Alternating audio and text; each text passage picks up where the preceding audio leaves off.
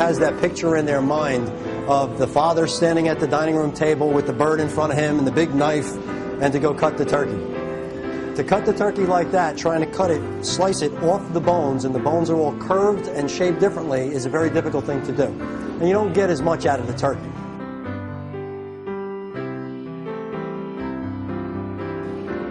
It really is better to carve it separately, put it on your platter, and then bring the whole platter to the table.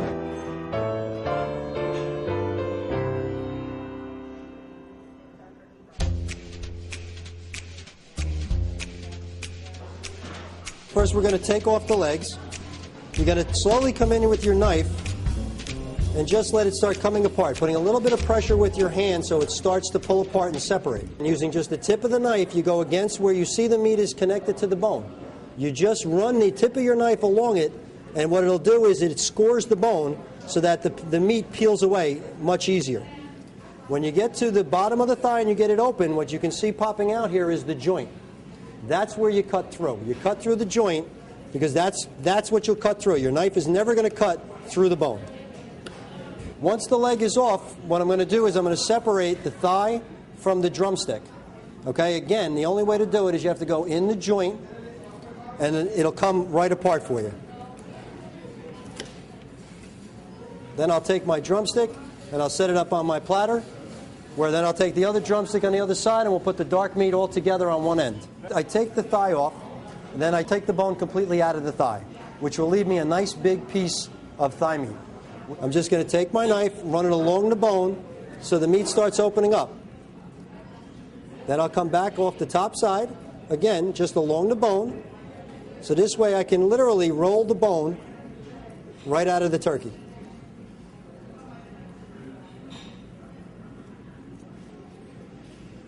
Okay? And then you get a nice clean thigh bone out of it. Okay? And you have a nice big piece of meat now to work with as far as the slicing is concerned. The way I learned to do this was I applied being a butcher to carving the turkey. I was trying to get the most out of the bird, get bigger pieces so I could get a nicer slice, because of the part of the industry I come from. That's how we think. We think a little different than sometimes a chef does because of what we're trying to provide the service. Okay, now you have all your dark meat sliced in one section of your platter. Now what we'll do is we'll go and we'll take the wing section off of the turkey. So what I'm going to do is I'm going to put some pressure on the wing here.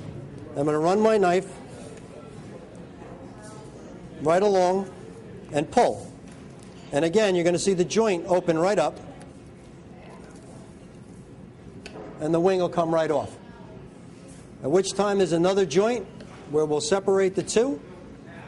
We'll set our wing on the front of the platter. We'll put our drumette onto the platter.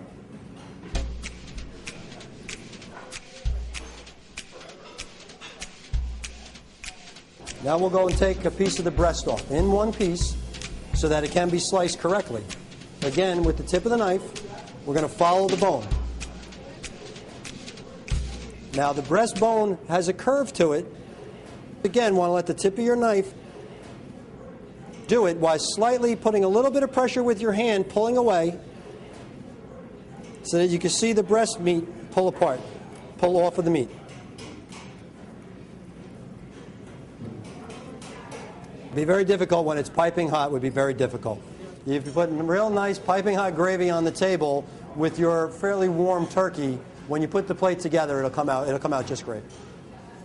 And you get a solid piece of the turkey breast in one piece. When you're doing this, when you feel that you don't realize why it's not coming apart, you always have to look to see, because if you just look, you'll see what's connected. Okay, you just look to see where the meat is connected. That's where the resistance is, and you just hit it with the tip of your knife, and it'll slowly peel itself off. And of course, your wishbone.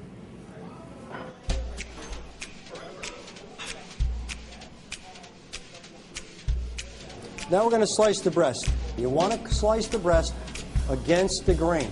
So the lines are running this way. I want to slice it against it this way, and you will see you'll end up with a piece that ends up solid as you slice it. Okay? When you stop seeing the lines, that's when you know you're going in the right direction. Because if you're seeing the lines, you're cutting it with the grain, which is the wrong way to cut it. And what we're trying to do is get the most out of the turkey as we can get out of it. I try to take the pieces off in the largest piece possible, because the larger the piece you start with, the better, more complete slice you'll get when you go to slice it down from there. I'm a third-generation butcher. Started with my grandfather and my grandmother, who had a small grocery store. They sold everything, produce, meat, started cutting meat. Then the family then followed suit. And this is the way I would present it on my table.